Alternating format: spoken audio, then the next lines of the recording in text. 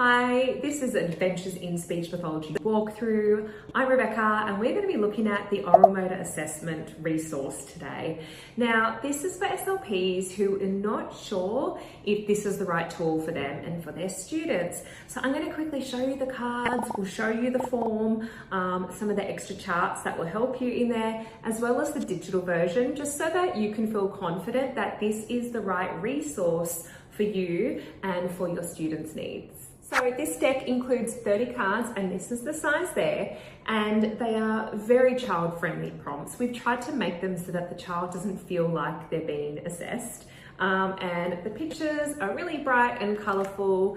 And again, we do have a version on the iPad, which I'll pop up here and show you, just so that it's a different presentation, especially helpful for children who feel like they've been over-assessed. This can feel like a fun little break. Now these cards, they cover a lot of different areas. We are looking at the mandible, we're looking at the lips, we're looking at the tongue, we are looking in the mouth, we're looking at teeth, we are looking at double oral motor movements, and we're also assessing our diadokinesis rate. So that's why there's 30 cards here. And the handy thing is that the record form, it shows you and it breaks down all those areas for you, just in case you're not quite sure what the cards are assessing. Now at the top of the cards, you'll see that we list the card number, so it helps if you ever lose a card, you know where it goes, and that matches to the form as well, but it also highlights the area that we are looking at. So it might be tongue depression, or it might be lip protrusion. Now, while we do have instructions on the card as well, as you can see, they are also located on the form. So you don't have to be doing double the amount of work. You can just read the instructions on the form and hold up the card. And then our form is really helpful because it's going to highlight and show you what you should be looking for.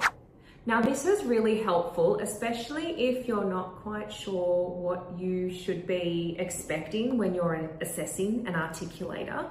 And our form does a good job at breaking down two different areas. So the first area is the observe and record part. These are little check boxes and it just tells you what you should be observing. Things like symmetry or protrusion or lip rounding. And then the other column is check any that are present.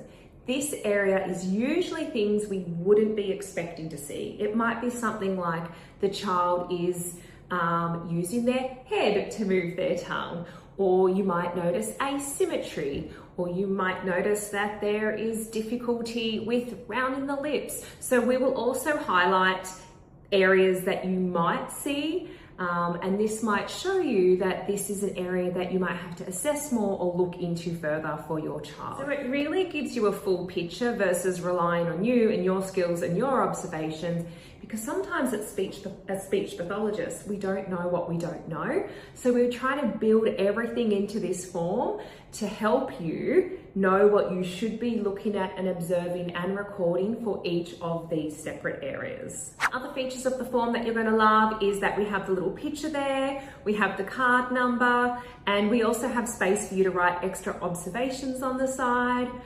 We had specifically drawn mouths and different types of malocclusions and the oral cavity as well. So again, if you are not confident about what you should be looking at, we have visuals there, we have pictures there, so you can match the picture to what you're seeing with your child. And this is just going to help you get a more accurate record from your oral motor exam.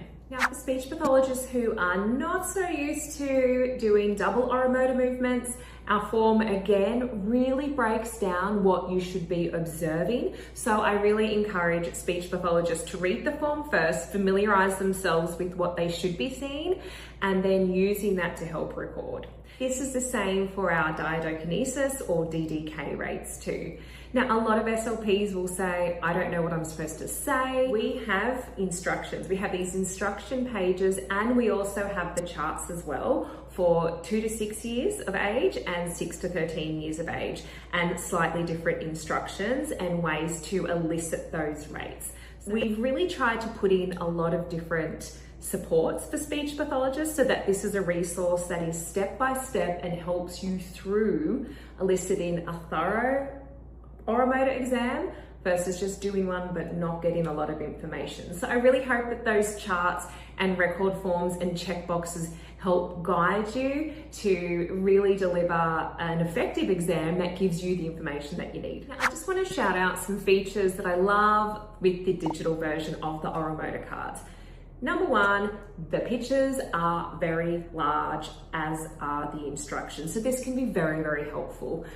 What I love about using a digital version of the cards versus holding up a pair of cards is that when I'm holding cards, it means I only have one hand free to write my observations. So if my iPad is propped up, it gives my hands a chance to be able to coordinate holding a tongue depressor and writing my observations. And another thing that is really helpful with the digital version is if you are a therapist on the go and you don't want to be packing cards in your bag, or if you're delivering teletherapy and have a telehealth assessment, this might be a really good way that you can use the oral motor assessment cards, well, the digital copy, and still get the information that you need without this being a barrier. So here's a quick recap of the Adventures in Speech Pathology Oral Motor Assessment deck. There are 30 cards. They assess all articulators, including double oral motor movements and DDK rates. This is a digital resource, so you can either print the cards and laminate them, or you can upload the digital file onto your preferred tablet or device. We have a very comprehensive 7-page record form with built-in instructions, pictures, observations, and things that you should observe. This is going to help you be more accurate and get the most out of your form. And yes, it does also include those instructions and the charts, normative data for the DDK rates as well. So look at the link below if you want to get more information and have some more previews of this resource. And please give us a thumbs up if this video walkthrough helped. Thanks.